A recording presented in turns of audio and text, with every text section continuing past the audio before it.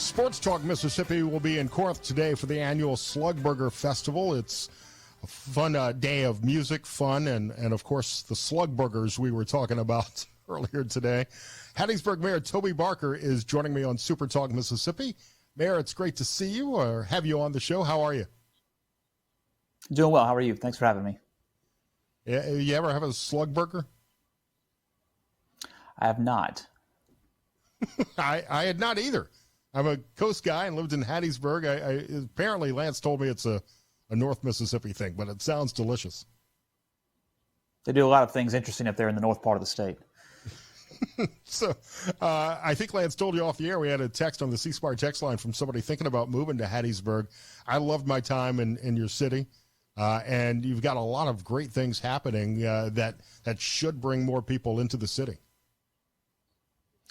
Yeah, it's been a really fun few years, and we have just so many things going on, whether it's an outstanding job market, 2 universities, both of which are doing very well, a lot of athletics that you can be part of, whether it's going to a Southern Miss baseball game or whether if you have kids watching them play out at Tatum Park. And the quality of life is just unmatched right now, and we're just super excited about the future and developments we have coming in. Yeah, it's unfortunately not all sunshine and roses, and one of the things I wanted to talk with you about today, Mayor, was this curfew that you've imposed this week in Hattiesburg. Like many cities across the country and across the state, I mean, we saw incidents over the weekend and this week in Jackson and on the coast. You've had to put a curfew into effect. Why? What's the rationale behind this? What have you seen in an increase in violence and other issues, especially among the youth in Hattiesburg? Well, I'll just preface it with this. I mean, Hattiesburg is an incredibly safe city, and over the past 4 or 5 years, we've seen violent crime decrease year after year. However, things are cyclical, and so you have sometimes a little spike that comes up, and while no crime is acceptable, you want to make sure that you're quickly responding, particularly when you have several in a small day period. Sometimes when school is out, our youth can get into trouble, and while we have a lot of programs as a community, we can't police them, nor should we police them 24 hours a day. I mean, a lot of that's on the parents. And so we've had a curfew. Our current curfew's been in place since 1994. We've had curfews of different types going back into the 70s, but we are taking a more proactive, zero-tolerance stance in enforcing that now. We're trying to get this under control. We'd like to get to where school starts, which typically is when you start seeing some of this sort of petty crime and even violent crime go down. So was there a specific incident or a trend that you saw that made this decision faster than maybe you had planned? Well, we've had some auto burglaries, things like some grand larcenies, but then over the weekend we did have 4 shootings in a period of 3 days, and we had an incident out in Lamar County outside the city.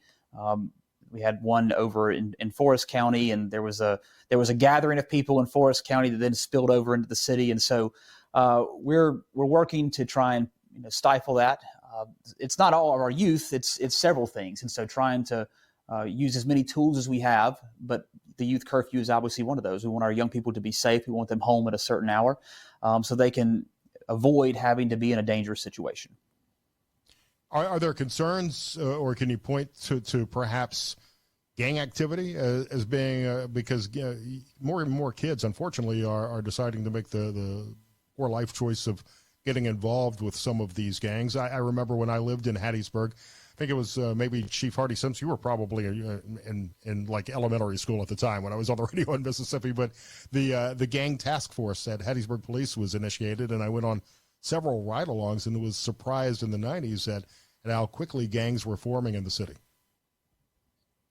Well, I think that you look around any city in the state of any considerable size, there's always going to be gang activity. And so you try to make sure that doesn't manifest into violent crimes or other situations. And so our chief of police has done a great job with putting together a plan in collaboration with Forest County Sheriff and Lamar County Sheriff, because we do sit in 2 counties to try and stifle that. And yes, it is an issue. Usually, they're not that active. But when you have incidents like this past weekend, again, not just one incident, but several in a period of a few days, you want to do everything you can to make sure that you're creating a safe environment and holding people accountable. So, what are the details of the curfew? What measures are in place to make sure that it's enforced consistently and fairly across the city? So Sunday through Thursday, our youth under 18 need to be at home by 11 p.m. And then Friday and Saturday it's midnight. Again, that was already on the books. We're just making sure that's being enforced now. I know that our friends in Petal are doing a similar situation, and I know Forest County and Lamar County are starting to have those conversations. And so, if one of our officers finds someone who is out past curfew, they will take them to the police station and hold them there until their guardian can come over there and get them. In addition to that, we're also doing some very heavy saturation details across the city and made several arrests in the last 24 hours. And so trying to get this violence to stop. Again, we're a safe city and we've had reasonably good numbers this year, but you want to do everything you can to be as safe as possible. I have a philosophy with our team: don't let small things become big things. I know Oxford Mayor Robin Tannehill has a similar philosophy up there. And so it's not just police enforcement, it's code enforcement. It's trying to do everything you can to make sure when you see little things that pop up that they don't grow into bigger things. We're talking to Hattiesburg Mayor Toby Barker here on SuperTalk, Mississippi. It doesn't really sound like there's a consequence other than being taken into the police station until your parent or guardian picks you up. Are there penalties for repeat curfew violators?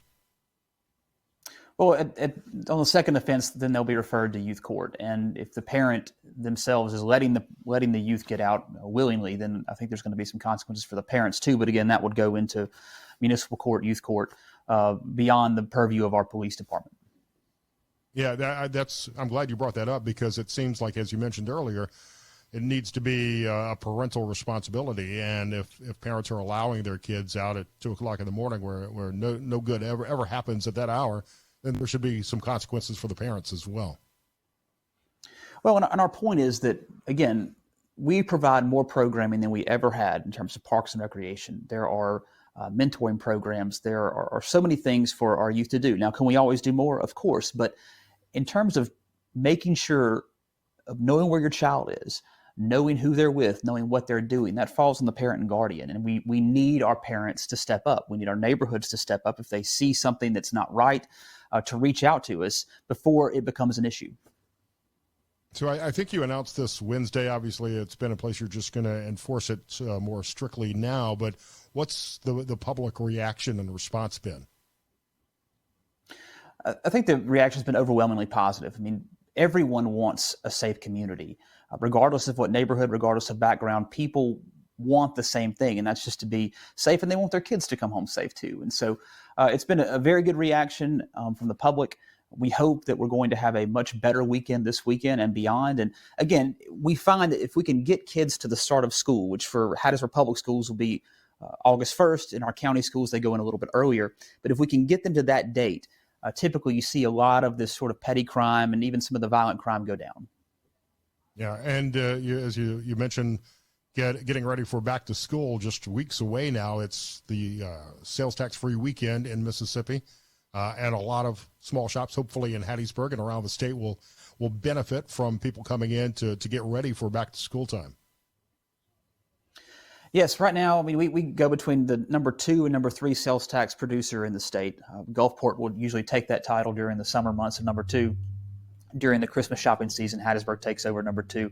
But we have a very strong retail economy. And again, when you have lots of people coming in, we're a city of 50,000 people, but in the daytime that swells to 150 or 175,000. So when people are coming in to get their health care, when people are coming to shop, when people are coming to go to school, you want them to feel safe as well. And I think all of these measures together create the system of accountability that holds people responsible for their behavior, and hopefully they'll step up and make sure their kids are behaving as well. And I do want to end on a high note, because I do love Hattiesburg and love my time in your city. As you've got people listening and thinking about moving to Hattiesburg, what else is going on this summer in the city?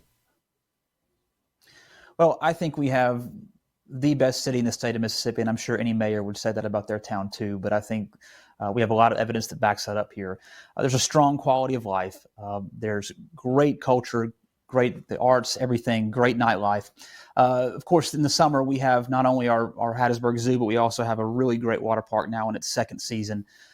There are events every week for people who want to just have fun. And next week is Parks and Rec week, and there'll be even more stuff going on next week. And so encourage folks to reach out to us, get in touch with Visit Hattiesburg, see what's going on this month, and pay us a visit. Have I missed HubFest this year? HubFest is the last Saturday in March.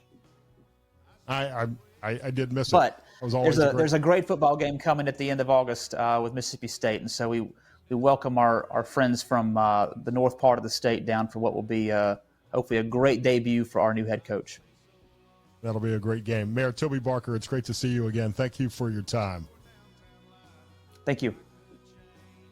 New Superman movie opens this weekend. We'll find out if it's any good or not. Michelle Polino will join me next here on SuperTalk Mississippi.